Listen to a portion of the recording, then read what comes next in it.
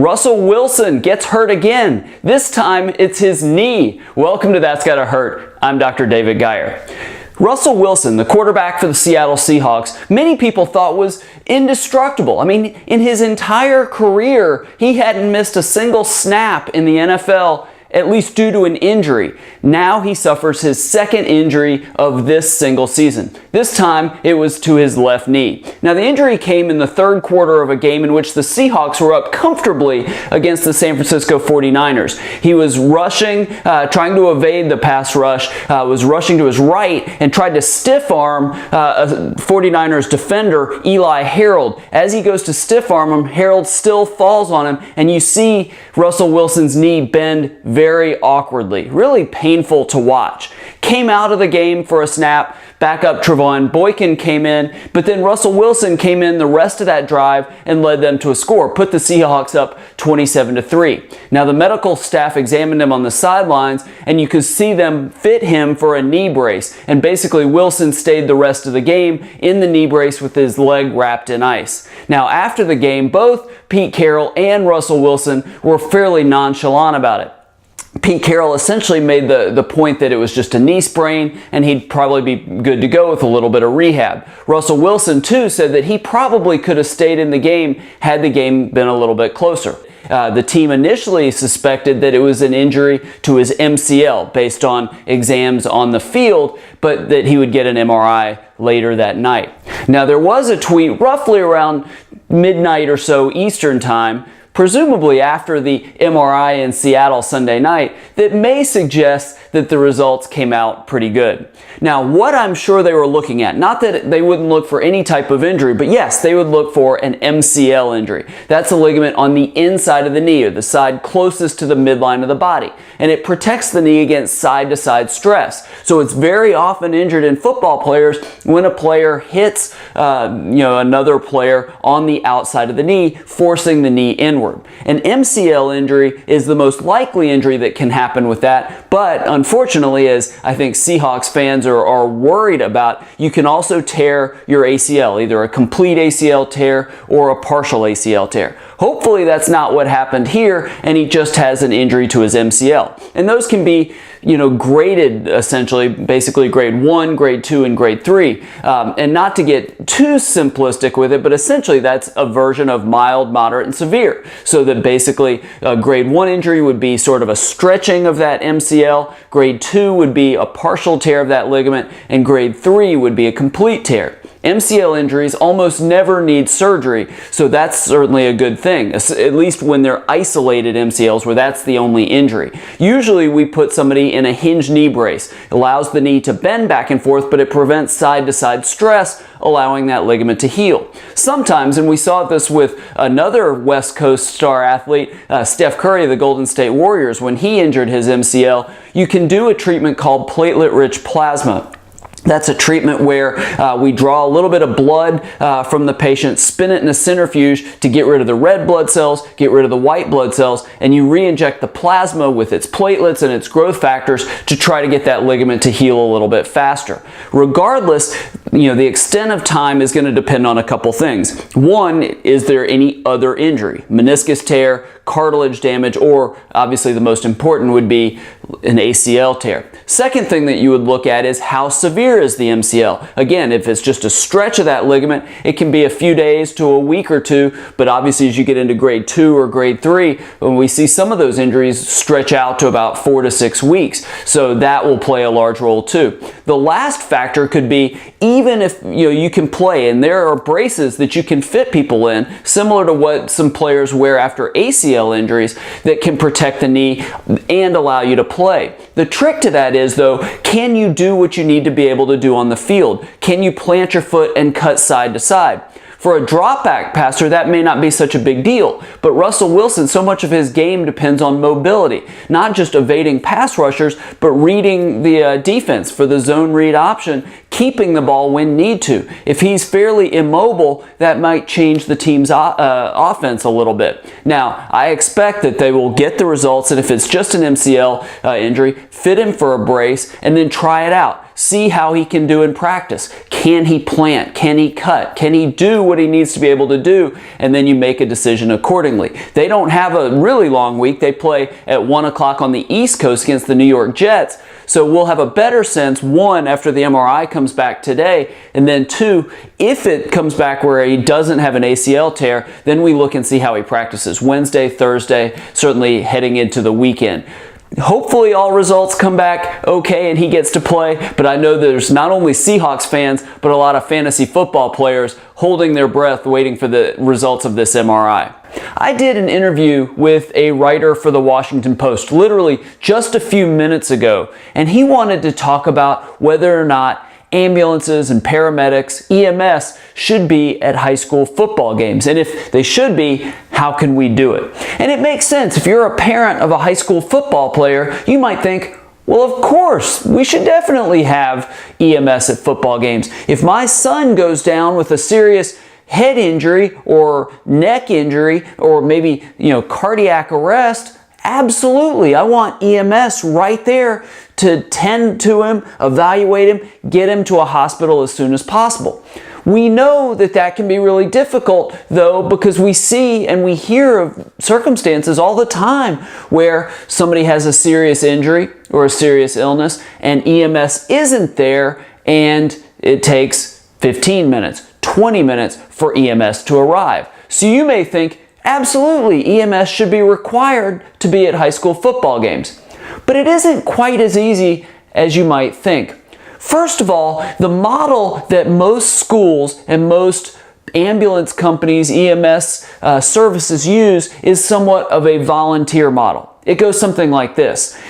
If there aren't any emergencies going on in your town, in your city, or in your county, yes, the EMS in your area may try to put an ambulance and a couple of paramedics at that site. Now, you got to remember, there's a lot of football games going on all at the same time across your town. So depending on the size of the school, they may be able to put somebody there. But the problem with it is, again, it's volunteer. So if a car accident or fire, for instance, a serious emergency occurs somewhere nearby, there's a good chance that those paramedics and that ambulance may have to respond to that emergency. Now, you could say, we absolutely want you to stay no matter what. But most EMS organizations based, city, county, whatever it is, don't have enough ambulances, don't have enough paramedics to not only cover the serious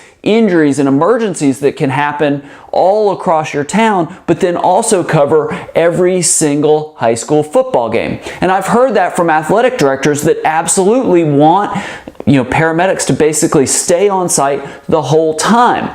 So they say, well, we might be willing to pay. All right, let's just say for a second that a high school athletic director is willing to pay $200, maybe $400, $500 a game to guarantee that, an EMS group, paramedics and an ambulance can stay on site. Well, again, it gets back to resources. Does your local EMS have enough ambulances, have enough either on-duty or off-duty paramedics that could cover every high school? So that's problem number one. If they don't, then what do you do? Well, the athletic director could hire a private company if there's a private company that provides, again, paramedics and ambulances that are sort of earmarked for special events. If there's a company like that, then yes, you absolutely could do that. That gets to an issue of school resources. Does your school have the resources to pay $400, $500 a game? Maybe the big schools, maybe the private high schools could do that, but could a small school with maybe 20 players on the team, maybe 50 spectators in the stands, could they afford it? That's certainly tricky. And again, that gets to the question of what do you do about the rural areas where EMS may be having to cover not just that town, but an area 100 miles wide. That could be really tricky as well. Now, there's absolutely no question, and I've heard this proposed before or thrown out there, not proposed at the government level, but it could be done that way, where you basically say, all right, That school, if they don't have EMS, if they don't have ambulance on site for the entire game, you can't have the game. You can't play football. That easily could be done. But again, you got the limited resources. Can EMS actually support that? And again, you've got all the high schools playing all their games at the same start time. So that becomes very, very tricky. The other trick to that is, well, then why just football and football games? What about football practices, especially at the beginning of August when you've got the heat and the risk of deaths due to heat stroke? What about other sports and activities that have high rates of catastrophic injuries? What about cheerleading? What about soccer games and basketball practices?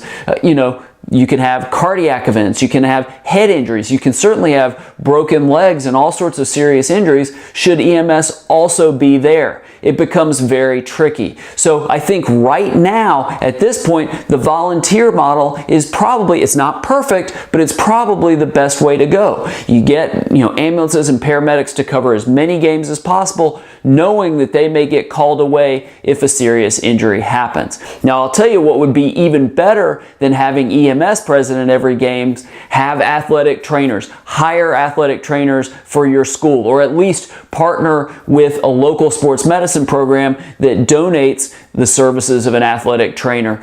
They can do so much more. Yes, they can cover your emergent injuries and illnesses, but they can do so much more. Evaluate and rehab athletes after injuries, communicate with the team doctors, monitor for field conditions and weather conditions, help with equipment. There's so many things that they can do outside of just the injuries. That would be my recommendation to start, is to hire an athletic trainer for your school, for your sports team. Let's start this week talking about J.J. Watt. News that came out last night has been sort of emphasized and run through the media this morning. That is that J.J. Watt, the defensive end for the Houston Texans, will be placed on injured reserve. Now, he had surgery in the offseason for a herniated disc in his back, and that was also after having surgery to repair core muscles. So overcoming a lot this offseason. Has played in all 3 games for the Texans this season, but according to reports, may have re-injured his back Thursday night against the New England Patriots. The Patriots won that game 27-0, and now basically the media reports are saying that J.J. Watt has injured his back again. He's going to be placed on injured reserve, which means he could potentially come back around week 8. But according to insiders with the team that have spoken to ESPN, the Texans are not optimistic about that. Now, what we don't know here is, did he basically just restrain the muscles around it, maybe come back too soon, or does he have a recurrence of a herniated disc? That is certainly possible after that surgery, and sometimes you can have a second operation, a second discectomy to remove the new part that's basically extruded and pressing on the nerve root. We're going to learn a lot in the coming weeks. Hopefully it's just an aggravation of the muscles and it's not a second surgery. Once those back issues start to build up, look at Tiger Woods, that can become a really tricky problem. Now let's talk about Seattle Seahawks quarterback Russell Wilson. This is an update from what we talked about last week on this show. Now, if you heard a giant whooshing sound in the last few days, that was the entire city of Seattle exhaling when they got the good news. Russell Wilson did not tear his ACL. According to head coach Pete Carroll, he only injured his MCL. And he expects Russell Wilson to start this week, to not miss any games for this. And Russell Wilson hasn't missed a single start in his entire career, so that would be tremendous news. We talked a couple days ago about what an MCL injury would mean in terms of a brace and getting that ligament to heal. Wilson has flown his personal physical therapist up to Seattle to work with him. Apparently they're doing things around the clock, including waking him up at night for treatments. I think there's a real good chance, just watching Wilson overcome a lot of minor aches and pains, overcoming the ankle sprain earlier this season, I actually do think he'll be back to play. We'll see as practices go on, but my question would be, even in a knee brace that he wears to play, can he cut side to side? Can he basically plant his foot and change directions? I think you may see him, if he plays, be more of a drop back passer, but compared to what this could have been, definitely good news. two other quarterbacks, New England Patriots quarterbacks, Jimmy Garoppolo and Jacoby Brissett. We talked about Garoppolo last week. He had the AC joint injury. That's the small joint on top of the shoulder after he got his shoulder driven into the ground. That's not typically an injury that needs any kind of surgery, but it's really painful. Plus, being on his throwing shoulder, that can make throwing difficult. This is a time thing, this is a treatment, and you see basically when his pain gets better and when he can do what he needs to be able to do on the field. His backup for the game against the Houston Texans last week, rookie Jacoby Brissett, in that 27-0 win, injured the thumb ligament at the base of his thumb during that game. Initially, it was expected that he actually might need surgery. There are reports now that suggest he won't need surgery. He was seen like Garoppolo at practice yesterday, but basically it was hard to know what he could or could not do. The problem with that ligament at the base of the thumb is grip strength. It's not just pain, but is it stable enough to basically grip the ball well and throw? So these are both injuries that potentially you could play, but it could be really tricky being as good as you need to be. They don't have Tom Brady for one more week, so there's going to be a lot of eyes on Patriots practice in the next couple days to see if either of those guys are ready.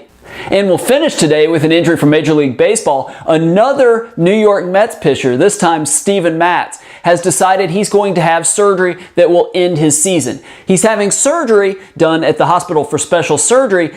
They're going to basically remove bone spurs from his elbow, and typically that's right off the tip of the elbow near the inside of the elbow. It's good news in the sense he doesn't need Tommy John surgery, but it's still a surgery that takes time to recover. By just shaving out some bone spurs and not having to repair a structure like a ligament, the recovery is a lot faster. They're saying about 12 weeks, and that seems about right.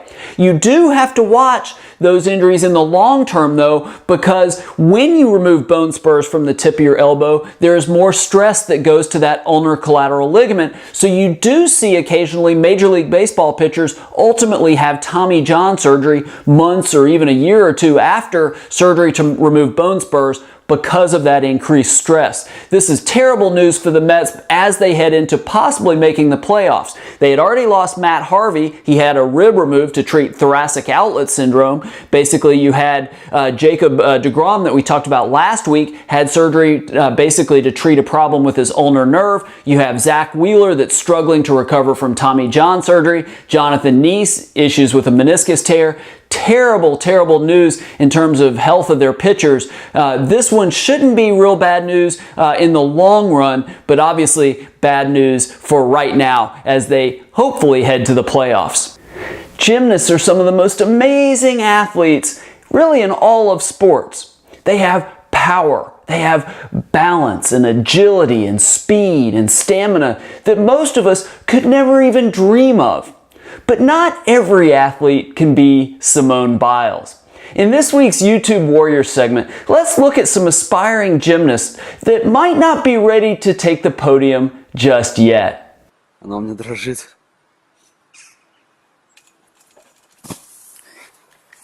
Interesting. Use snow as a mat. That's pretty smart.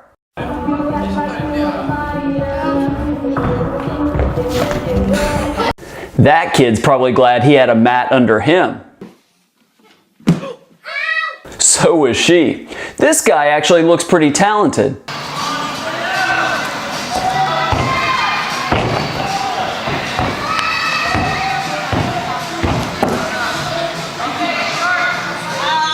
Yikes. Now, if there's one thing we've learned from a few weeks of these That's Gotta Hurt shows, if you're wearing jeans and a t-shirt, you probably aren't ready for crazy acrobatic stunts.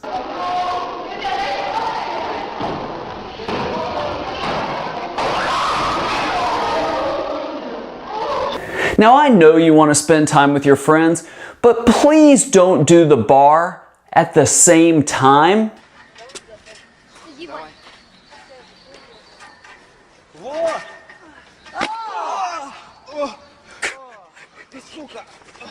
Okay, that's going to wrap up this week's That's Gotta Hurt with Dr. David Geier. Thank you so much for watching.